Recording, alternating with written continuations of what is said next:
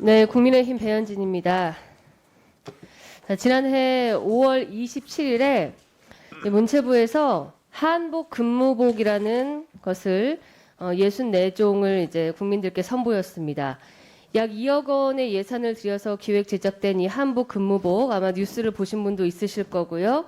문체부 가족들과 장관님은 잘 알고 계시죠? 네, 근무복 이런 네. 그 모습을 봤습니다. 네. 22년 현재 총 350개의 정보기관 중에 이 몇 개나 하고 있을까요? 이 근무복 사용. 네. 15개 기관입니다.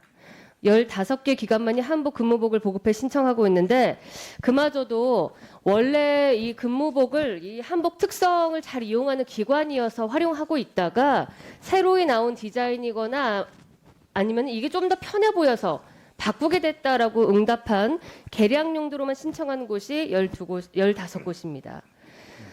이 혈세라고 국민 세금을 들여 제작된 이 한복 근무복이 이렇게 됐는데 지금 제가 여쭤보니까 어떻게 납품이 되고 있는지 아마 그 잘 관리가 되거나 파악하고 있는 것 같지는 않으신데요.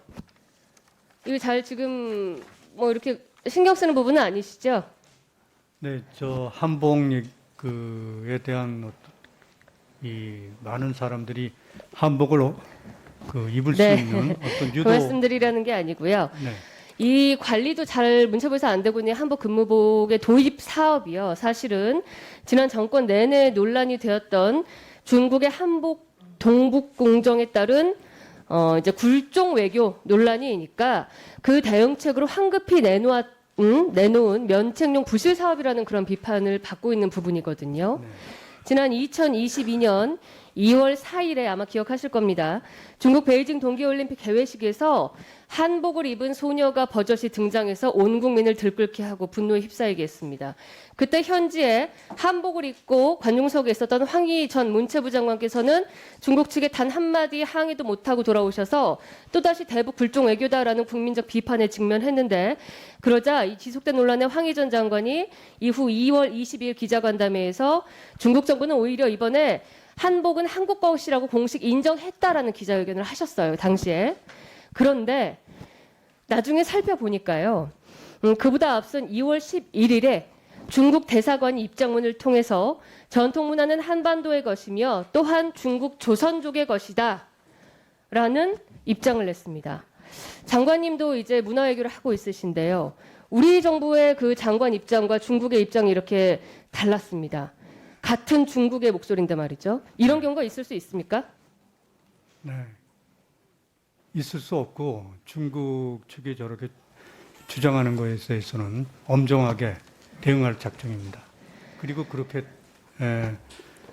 엄정 대응 하셔야겠죠. 그리고 아무리 지난 정부라 하더라도 국민들께 이러한 거짓 해명을 한 장관에 대해서 저희가 다시 한번 그 문체부가 그런 것을 반복하면 안 되시겠지요.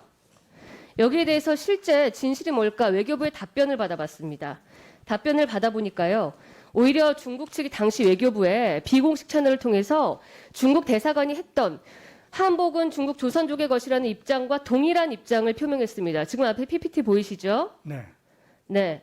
그러니까 황희 장관의 기자회견은 대국민 거짓말이었다라는 사실이 외교부와 중국 대사관 두 곳을 통해서 드러난 거죠. 문재인 정부의 장관이 중국 눈치 보느라고요. 국민께 이러한 중국이 하지도 않은 말을 거짓 보고하고 국가 정체성을 포기했습니다. 앞으로 국민들께 문체부가 이러한 모습 절대 보이지 않기를 바라고 아울러서 앞서 보여드렸던 그런 한복, 면피성 사업 등은 예산을 철저히 감시해서 제대로 관리해 주시고 또 불필요한 부분은 철회해 주시기 부탁드리겠습니다. 네, 그렇게 하겠습니다. 네, 배현진 의원님 수고하셨습니다.